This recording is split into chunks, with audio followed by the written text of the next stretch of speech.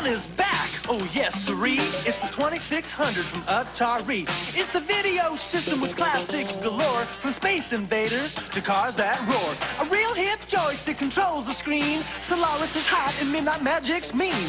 And one more thing, it's got a special low price, under 50 bucks. 50 bucks? Now, isn't that nice? The fun is back. Oh, yes, sirree.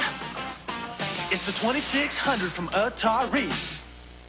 The fun is most definitely back, and this right here is an Atari 2600.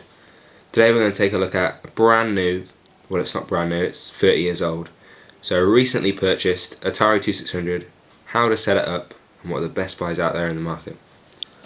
Okay, before we take a look inside, I just want to say thank you to whoever put this item on the of bays, as they did not, for one, did not put a reserve on it, and for two, they listed it wrong, which made it hard for other buyers to find. So I got this Atari 2600 fully boxed with post and packaging for around £50, which is really good. One thing to remember though, if you're thinking of buying a retro console from anywhere, you cannot afford to be a tight ass with your money. You'll only end up buying a broken or highly damaged console if you're going to be throwing £10 or £20 around. In the case of the Atari 2600, if you want a fully boxed one like this one here, then it's going to cost you around £50 to £100, depending on the condition and usually how many games and accessories you get with it. But if you're slightly more struck for cash, the best way of getting hold of a 2600 is to go for the junior model, which you should have saw on the advert at the start, which is slightly cheaper as they're easier to come by, they're smaller, and they don't have the wood, the nice lovely wood finish. So if you're working on a budget, the junior is definitely the way to go. Okay, so let's take a look.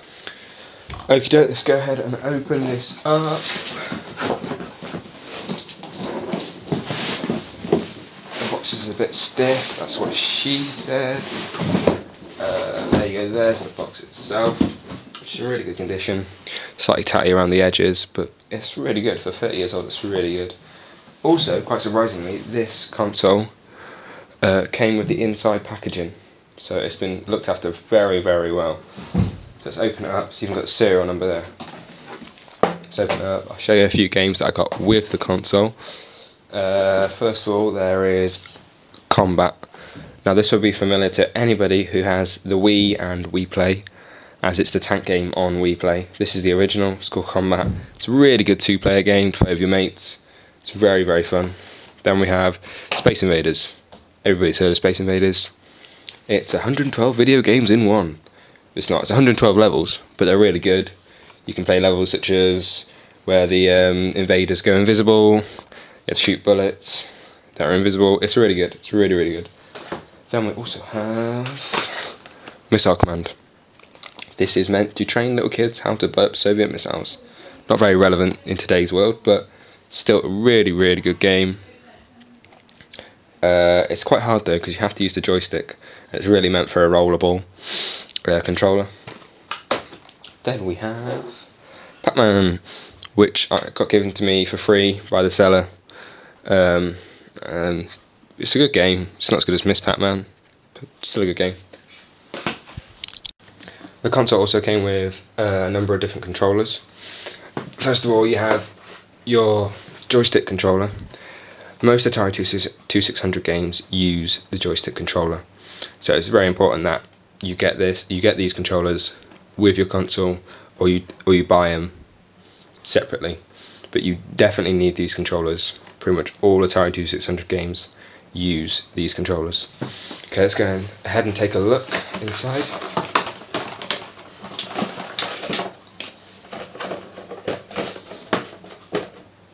There you go, there is your classic Atari 2600 controller. Got your big orange button at the top, and yeah, quite surprisingly rather stiff joystick. I expect to have a lot more movement, but it's very little movement in it. You have to be quite aggressive when controlling your characters, but apart from that, it's really good.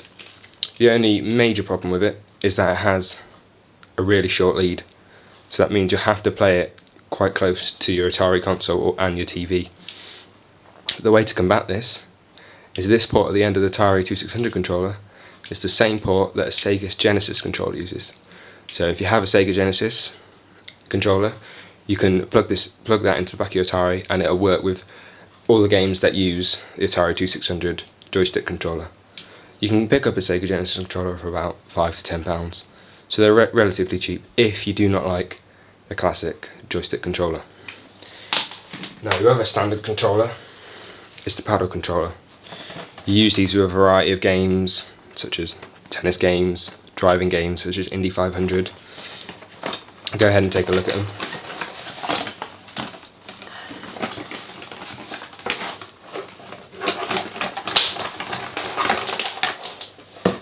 The obscure thing about these controllers is that they come in pairs.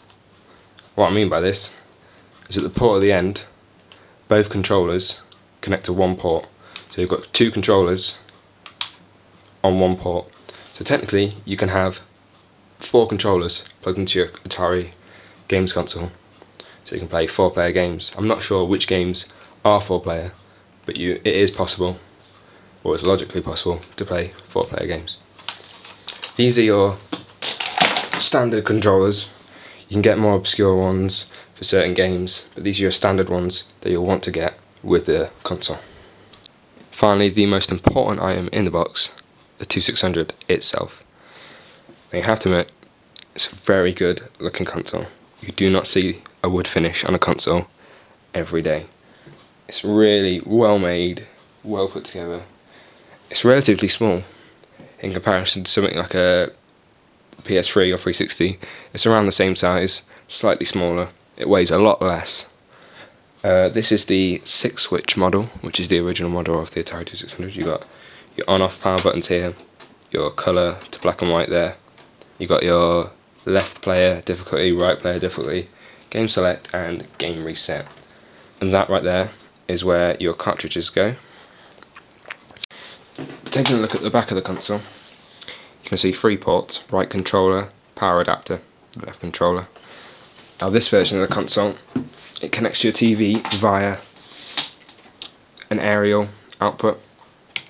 Most British LCD TVs, plasma TVs and even old TVs have to have, or do have, an aerial connection. You need that so you can watch TV channels. If you have an American version of the 2600, you're going to have an RCA output. This means you'll need to buy a Radio Shack adapter or an RCA to coax adapter. I'll put a link to a really good video in the description showing you how to connect up an American version of the console to an American TV. You also have your power supply. Now this isn't an original Atari one, as you can see, and it's taped round here. It's not an electrical problem, it's just to give it a bit more sturdiness. This end here plugs into the back of your console, like so. One tip though, do not ever leave the Atari 2600 console plugged in overnight or even for too long, as it's a very old console, so it's more than likely to damage it if you do that. This is everything that came with my Atari 2600 console. As I say, it was definitely worth every penny of the money I spent on it. It's a fantastic games console with a huge library of games. Whether you're a casual gamer, hardcore gamer, a collector, or you're just in it to relive the experience of an Atari 2600, you should definitely pick up this console. It's well worth the money. In fact, it's just worth getting it for that wood finish. It's beautiful.